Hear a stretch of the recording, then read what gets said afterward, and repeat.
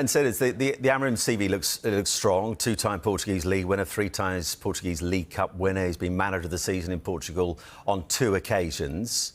In terms of what United are getting, if this all goes through and he does arrive at Old Trafford, listen, some in Portugal are calling him the best coach they've seen in that country since the days of Jose Mourinho. Do you feel he is the right fit for United? Do you feel he's as good as the fuss around him would suggest? I think if that appointment happens, the players will embrace that like you can't believe. I think they're going to be over the moon with someone that plays forward thinking, on the front foot, attacking football, dynamic, intensity, aggressive in their possession, aggressive when they haven't got the ball.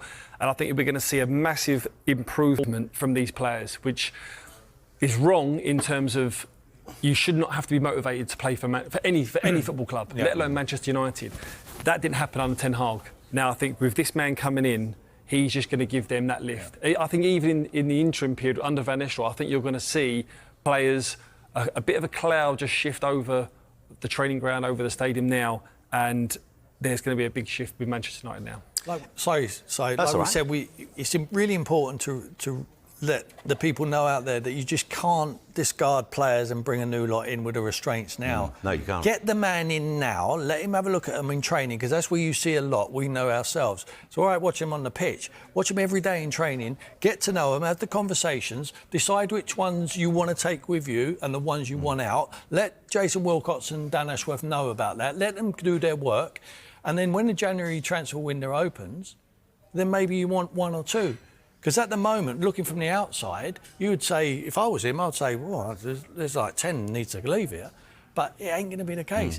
He will work with some of these. Some of these will shock us. And they'll be unrecognisable from the Ten Hag days. You'll say, where did he turn up from? Where did we know that? Because this man might go, you know what? I use him in this position. I want to play with wing-backs. This one can play there.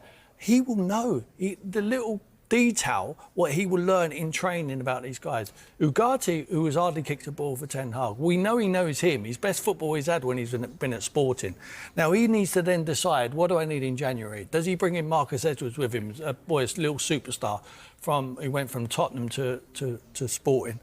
Do we bring Corcoran, who's absolutely on fire at the moment? I would suggest 100% that boy comes in, because they're starved of centre forwards. They've got Højlund and they've got Xerxes, who's not a centre forward. But they've got to get players out. But they've got to get players in. Get them out before you can bring them in.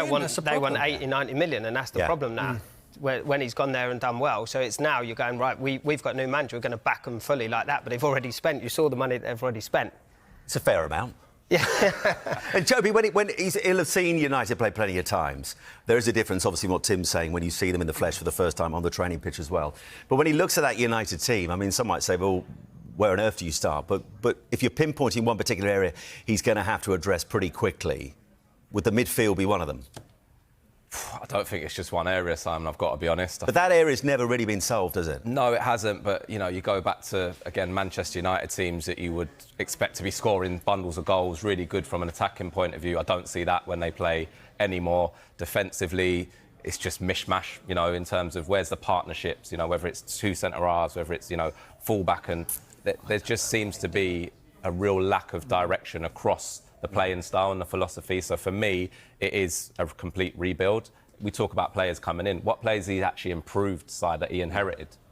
Any of them? You know, Rashford, look what's happened to him, you know, during his time there. So there's so many different aspects that he's going to need to go in. I do agree from a playing point of view, there'll be a cloud that has been lifted. I think there'll be a real intensity to the work, because they know as soon as he comes in, they've got to be at it. I've never felt Ten Hag has felt comfortable at Manchester United. I just don't feel that he's ever felt, I'm the man to take this on, given the scale of the club. I think with Amorim, he's got that little bit about him, you know, and I think that means a lot to players and to fans, just that bit of charisma, you know, that I feel he can come in there and really get things going. He's fresh, I know. If I'm a Man United fan, I'm loving it.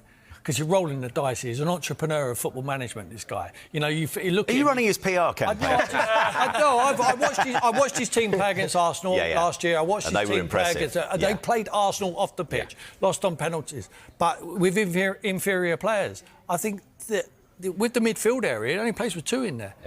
So they might be pushed into them wing-back areas where he likes to push up and they fill up the midfield with the wing-backs. Plays free at the back. I mean, that opens it up. He's got enough centre-halves there. But are they quick enough for him? I mean, all these sort of things he can find out if he gets here now. Don't worry about 30 days.